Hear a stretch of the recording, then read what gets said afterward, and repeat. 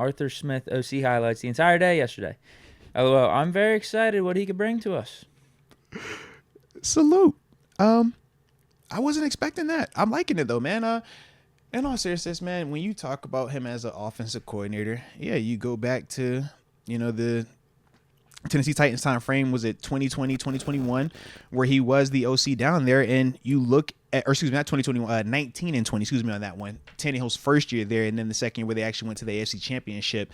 Yeah, you look at what both Derrick Henry and Ryan Tannehill were able to do those 2 seasons under Arthur Smith, and there is no, real surprise in the sense of why it would be a little appealing, or why it would be very appealing to the Steelers when you just think about Tannehill and Derrick Henry during those 2 seasons, and how both of them, the uptick in production, specifically not Derrick Henry, but Ryan Tannehill.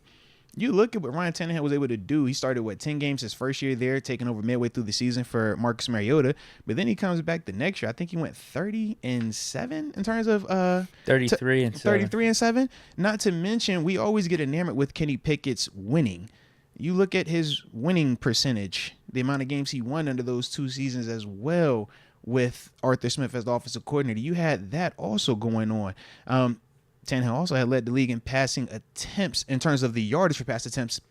So it was an explosive element as well. They had the least amount of attempts, but they were 20th or something in passing yards. Yeah, so it was an explosive element to it also. But like we said, man, it was one of those things where if you just went off of what you perceived Ryan Tannehill or what you perceived Derrick Henry to be in 2019, yeah, you would have thought that was impossible. But when you actually cut on that tape and you actually look at what they were able to do from a full body of work standpoint, even statistically, it showed that they were actually very productive. And Arthur Smith, specifically as an offensive coordinator, was very productive. And that was the thing that, as we take it back to, the Steelers, we kind of talked about this on Monday prior to the hire being official.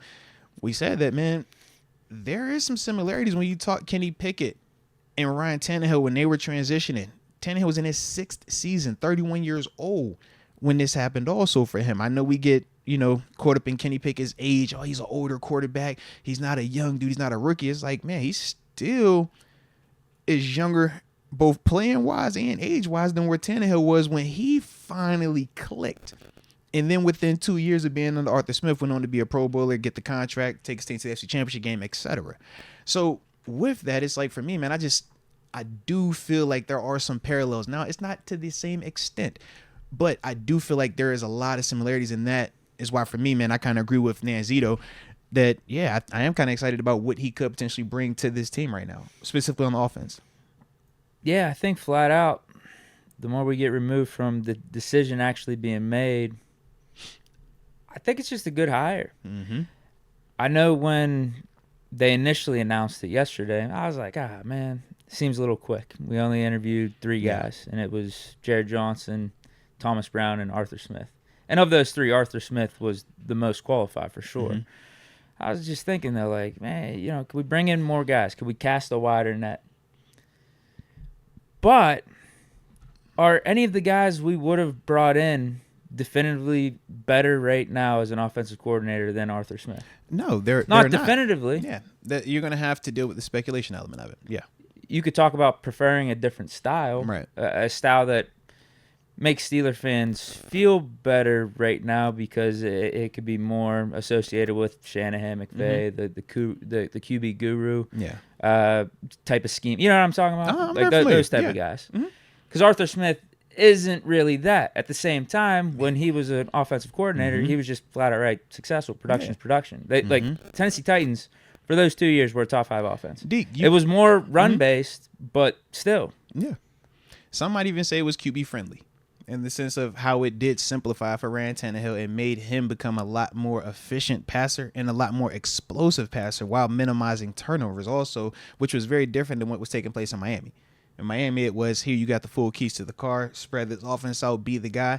And he could not do that at a high level for 4 years, ultimately why they essentially gave him away in trade. It wasn't like they requested a ton of assets for him. It was a 4th, and I think it was a conditional late round. So even with that, it's like, man, this is a dude that you've already seen, have to go from being somebody else's failure, being somebody else's bottom of the barrel or scrap pile. And he developed that. And he didn't do it from the beginning because remember, Marcus Mariota was the starter. Yeah, so they brought in Tannehill to be back. Yeah, it was an afterthought. They made that switch midway, and then Tannehill got on the right, and then Tannehill got on the moving train. Really played well that 10-game span, but that following year when he had a full offseason as the guy, that's when you saw the big jump. And now Tannehill became who we view Tannehill as, And that's one of the things that when we're looking at Kenny Pickett, we're not even at the halfway point of where Tannehill was during that time frame. Both first-round picks, though. Both bring certain things to the table. But at the same time, both leaving stuff to be desired. And that's the part, like I said, for me, where I could just see why it would make sense or why they would like it, specifically when they're talking about wanting to give Kenny Pickett a legitimate chance to be QB1, wanting Kenny Pickett to have a legitimate chance of developing. I'm glad you brought up, the speculation of if it was a Zach Robinson or if it was a Gerard Johnson. Yes, in theory, we like where they come from. Yes, in theory, we like what they've done as QB coach, pass game coordinator. But neither have had their own offense as coordinators and had success. Whereas you brought up Arthur Smith has. My next thing was this, though. Well, even Kingsbury or Bieniemy, some of the proven guys, very true. You look at them being play callers, you can make the case Arthur Smith is a better candidate. So this was my next thing, though. The same way we're going to hold what happened in Atlanta as the end-all, be-all for Arthur Smith. Shout out to you, Crix Chusman. If we're going to hold that against him, that was his first failure as a NFL promotion, right? Because he started as a quality control coach, which was the bottom of the barrel, 2011. So you mean to tell me he went from quality control coach, success, tight ends coach, success, or offensive line coach, success, tight ends coach, success, offensive coordinator, success. Head coach was the first time that he experienced failure in the sense of 7-10, 7-10, 7-10. Not what we've seen in Cleveland when we talk Q, right? We've seen failure. It wasn't the Matt Rule. We've seen failure. It wasn't even the Joe Judge. We've seen. And Arthur Smith didn't have the best of quarterbacks down there. You know what I mean? So it's like we can go down that rabbit hole if we truly wanted to keep it apples to apples. But the other thing that I would say is this, man. Deke, the same way, man, in life, people work their regular jobs, right? And they might specialize at this one particular thing. You might love just editing this. And, you so dope at that, man, and now you get a promotion. And your promotion might come with, okay, you not just editing, now you overseeing these people too while you still doing this. Shoot, you might love this. You might be dope at this, but you might be like, bro, I don't really care about managing his feelings. I don't really care about getting the schedule ready. I don't really care about taxes. I just want to do this one thing. I'm great at this. But you get up here, okay, you got to do all that. And if you don't, your company fails, right? So as a whole, you failed. But does that mean that you still forgot how to do this one thing that we've seen you have legitimate success in? And that's what I look at when I think of Arthur Smith, when we bring up this Falcons situation versus him everywhere else, specifically Tennessee Titans, where you saw him ascend and never fail. That's what we're hiring him to be. Yeah, seriously. It's like we're not asking him to go back to the position that we saw him fail at. We're asking him to go back to the position we saw him thrive at. So why is it that we can watch him thrive to get to the head coach's spot, but now that he failed at the highest promotion that you could get as an NFL coach, now we just gonna hold that against him and say that, you know what, you can never bounce back. You can never get back to the successful offensive coordinator that you were because you ain't used Bijan Robinson, Kyle Pitts, and Drake London. I don't care about you having Drake, or I don't care about you having Desmond Ridder or Tyler Heineke. You ain't used those guys. So you're a failure. We can't ever have success from you again. That was my biggest disconnect with just the overall reactions to the Arthur Smith hire. I get it. He failed as a head coach. But head coach versus... So did Todd Haley. So did Nick Saban. So did Bill Belichick. Guys that have failed as head coaches before. Andy Reid has failed before. He's fired before, right? Pete Carroll has failed before. He failed twice now. He got fired twice. It's like, we just see dudes get fired before come back, whether they come back as head coaches or specifically, as you brought up, DCs or OCs and have success. Wade Phillips. Right. So that's my thing. It's like, why can't this be the same? Because he's very much more in line for that than the other guys that we're bringing up that are more relatively unknown. That was my whole Like I thing said, with even it, the man. proven guys, you could compare Arthur Smith's resume to any of the dudes. Bieniemy, Clint Kubiak, or even Kingsbury. Like those. Yeah. Unless Those are I'm the top missing guys. names. Like these are the names we're Right. talking about. Bieniemy, Clint Kubiak, Kingsbury, Gerard Johnson. We said because Robinson's off the table. Thomas Brown had got I think he took the Chicago. I want to say passing game coordinator. I didn't want him. Yeah, I as think the he. OC. Yeah, I think he's I'm like sorry. passing game coordinator now in Chicago. So it's Okay. like, but these are all the names that were kind of like linked to us at least. Yeah, so who out there was definitively better? Kingsbury, they had some decent offenses with the Cardinals, but Smith with the Titans as the OC, that was top 5. Yeah. Kingsbury, you look at some of the numbers, they were hovering around top 10. Now, I think Kingsbury was a better head coach in his 3 years versus Arthur Smith as a head coach, but as an offensive play caller, case to be made, Arthur Smith better than Kingsbury. Because a lot of Kingsbury's success as an offensive play caller, too, is going back to college. Right. But you talk about Bieniemy, you've seen he was with Mahomes and the Chiefs and Reed and all that, Andy and then Reid. he goes to Washington last year. If you look at the offensive stats before Bieniemy and then with Bieniemy in 2023, I don't think there was like that big of a difference. Yeah. Now, I don't think he was working with the best. But can't the same be said for with Arthur Smith? It's like, yo, you don't work with the best out there either. Clint Kubiak, Yeah. I'm surprised by this. I thought he was the 49ers OC this whole time. No, He's no, their passing game That's coordinator. it, The yeah. time he was an OC was with the Vikings. Yeah. And those were pretty much pedestrian numbers. They were middle of the road numbers. Arthur Smith is the only one out of all these names that we're bringing up that like is putting together top 5 offenses in back-to-back And years checks with Ryan off- Tannehill. and it checked off every box. And the funny thing is, Deke, I'm glad that you put emphasis on Tannehill because that to me is what gave me more reassurance in it. I said, if you're doing this and you have an elite quarterback, part of me always asks myself, man, how much are you needed? Because if you got a Mahomes, if you got a Aaron Rodgers, if you got a Josh, if you got a Lamar, if you got a, you know what I mean? It's like these dudes are kind of just put them out there. You give them a little bit, but they could do the rest. But when you're working with a Tannehill, especially at that time too, man, this wasn't Tannehill that we think of now. This was Tannehill coming from Miami, bro.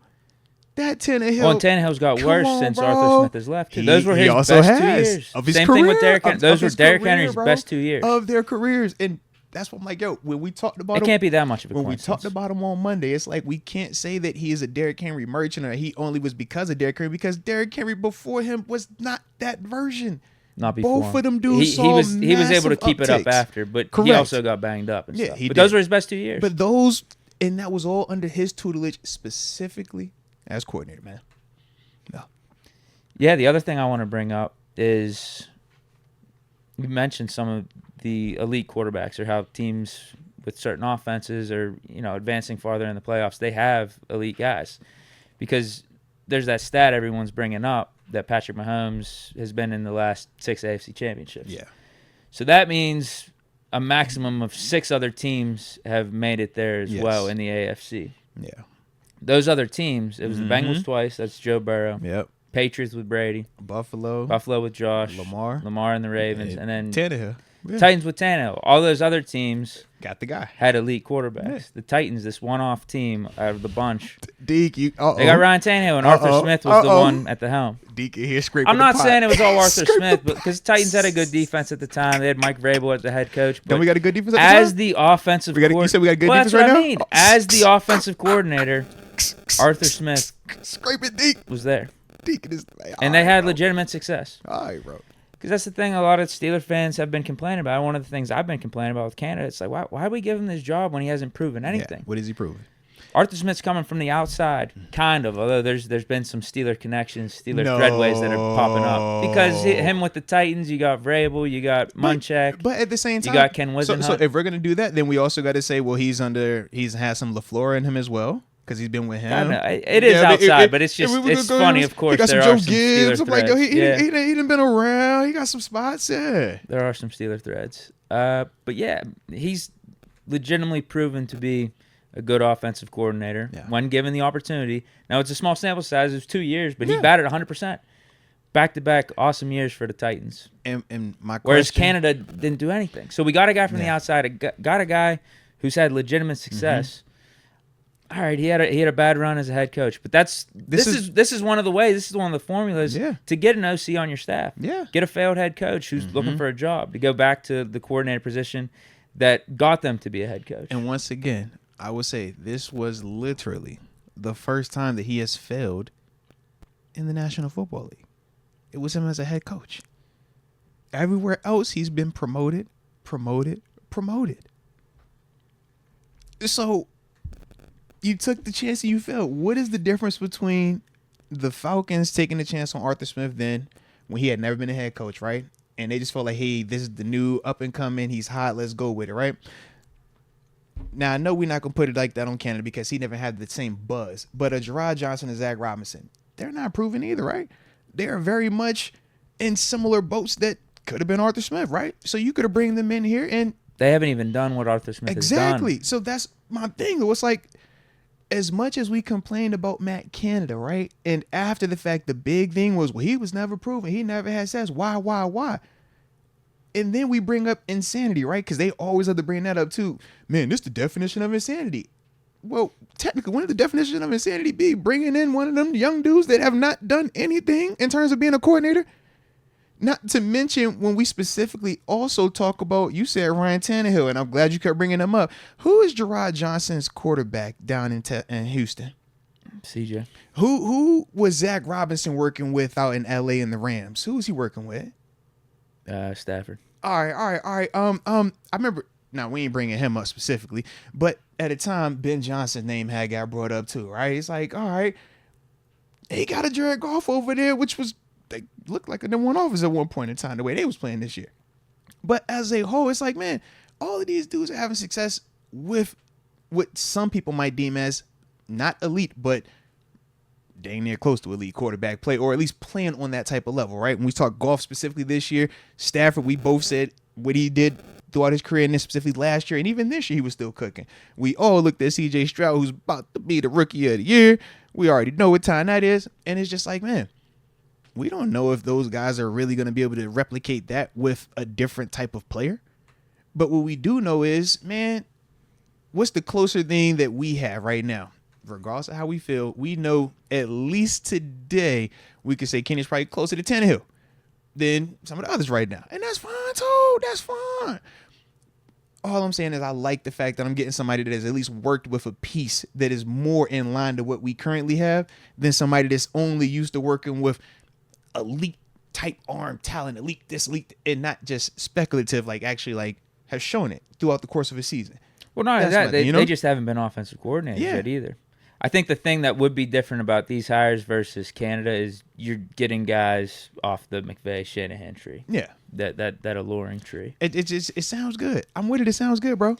But that's my whole thing. But I like Smith. Ultimately, yeah, I think Smith's the more quality candidate over any of those guys. Yeah. He might be the top guy right now. As weird as it sounds. Yeah. Like the top OC guy that was available.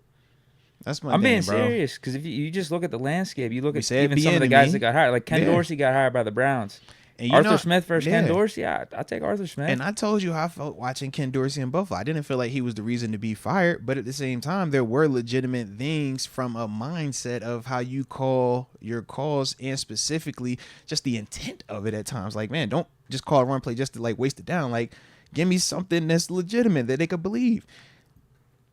Arthur Smith, man, we already passed that stage. He's already proven that he could do this. That was Ken Dorsey's first time. Showed that he could do it as an OC. So I'm agreeing with you again, man. It's like, bro, when you really get down to the root of it, it's like, yo, he checks off. Who are you definitively taking better? Again, you can have your certain preferences on candidates, but who's definitively better? Yeah. I don't know if there's a guy out there. You can bring up Ben Johnson or Bobby Slowick, but I don't think they're leaving. Why would they leave Johnson their OC spots? Isn't leaving. He's going back to the Lions. Because if they're going to be OCs, why would they leave their OC spots at their respective places to come here? If they're not being a head coach. Right. Exactly. Yeah, man. I wish we would have done more due diligence, interviewed more candidates, but at the same time, if it's a good decision, it's a good decision. Why do we got to complain about the process the further we get removed from the decision actually being made? Was it a good decision or a bad decision? We can't be happy always. We want the hire to come from outside. In the moment, I did want more. We need this. Could we have cast a wider net? All that stuff. But now that I'm really diving deep into this and thinking through, I'm like, This dude's just a flat out good candidate to be an offensive coordinator. And we hired him, and all right, let's see what he does. Former head coach. And he fits the personnel. If you want to talk about those Titan teams from 2019, 2020, kind of fits what we got going. I know it's not going to be the most appealing thing to a lot of Steeler fans because we do want the Shanahan, the McVay type of stuff. Yeah. At the same time, results are results. And I'm not opposed to running that style that we tried to attain with Canada over these last couple years. Run the ball, protect it, and then make the splash plays in the passing game when you need to. When you're winning games, we saw it once he left. Sure, yeah. You saw it with Mason Rudolph, and I was very happy with our offense those last 4 weeks. To me, we could replicate that. I'm fine with it. I started thinking of how we looked in Seattle. The Seattle game specifically, that was the one I said we're probably gonna. I feel that's gonna be our flavor. The heavy 2 running back dynamic, specifically how it was in that game, because when you had the weather like it was in Baltimore, and it wasn't like, the crazy out the gate throwing versus Cincinnati. I think it'll be like that Seattle approach where it was literally we're going to run the ball, we're going to be more physical, but at times when Mason had to make them throws or whoever QB will be at that time, Kenny Pickett right now, it's like those are going to be the areas that they're going to have to thrive in, that they're going to have to make it right. And that's what Tannehill was able to do at such a high level and why he, was able to have the success that he did under Arthur Smith. So I'm with you, man. I like it. Now, yeah, I'm fine with it. I was about to say, yeah. And I even like the fact that I know he's, people ain't like the fact he's the rich kid or, his daddy. No, I love that because he's grinding in the NFL. Bro, it's coming to America. He could just sit on an island and sip margaritas. This is coming to America in real life. I don't know if you ever seen the movie, bro. I have not. So in Coming to America, man, you got, jeez, I can't believe you never seen Coming to America, Deke. That kind of hurt my heart. I ain't gonna lie to you, bro. It's all good though, okay? Eddie Murphy, right? Eddie Murphy, yeah, I know of it. He's the Prince of the Moon. I heard it's good. All right, has a whole kingdom just waiting for him. It's there for him. He's like, you know what? I don't want this. I want to go out here and find love. He trying to find love, kind of like you, Deke. He trying to find love. Sure. But ultimately, he denounced the throne. He gave up all the riches and was working as a mop boy at McDowell's. It's kind of like McDonald's, but it's the janky version. All right. You imagine you have your own money, Deke. You the man like your daddy created FedEx, like Arthur Smith's daddy created FedEx. You dig what I'm saying? And you like, bro, I don't want this. I'm gonna go take the grunt job. I'm gonna go be he's just a football guy. I'm gonna be a quality control assistant doing note cards for practice squad guys that act like they're better than me. And then I'm gonna just work my way up. I think he was living on couches and stuff too. Think about this, bro. Your daddy created FedEx, Deke. Your daddy created FedEx. You think you want to do that? You gotta do that. It's blue Arthur collar. Smith's out here making He's his a own Pittsburgh. name. He feels Pittsburghy, man. Go back to stash. Bro. That's what I'm saying. Although it seemed like that was bad luck for him in Atlanta. Look, what was his Tennessee look? Go get the Tennessee look. We gotta find 2020. I think it was 2019. We need that look, yeah. But I'm saying, bro, it's a good thing I didn't go with the mustache. Yeah, because I went with the clean shaven look. Well, we got some time to play around with it. We can figure it out. We'll see what he does. Yeah, we can figure it out. But I do like that though, man. So listen, he could do the mustache if the offense is good. Yeah, that's a statement piece. Don't come off right out the gate with the mustache. No, stay humble. Be as low key as possible. Don't get that attention unless you bought it. Get the offense rolling, and not even in the middle of the season. Maybe next year, depending on how we finish up 2024. Yeah. Maybe you come out with the stash. Nah. Don't do anything middle of the season. Absolutely not. Nah, I'm with you on that, baby. I'm with you on that. Okay, that was the first one. Nanzito, I read his. So the next one is Fish Momentum Modes Deke and chat fam. What's good? Hashtag Arthur Smith. Let's get it. Yeah, man. Like I said, man, some positivity, some positive vibes with the hire, man. We do, the further removed we are from it, man, it's starting to settle in, but it does start to feel a little bit better official. Come on now. He also says, Ambition Live, Friday, Craft House, 8 p.m. I got y'all. Let's go. You got the cover. Let's go. And Steelers Road Warrior, I've been trying. Trust me, he don't know about sexual chocolate. That boy good and terrible. He don't know about none of that. Pass the collection plate, put the chicken bone in there. We're going to catch him up to speed one day. Friday or Coming to America, whichever one he get to. I'm just get the one of them. Because them like Mount Rushmore of, yeah.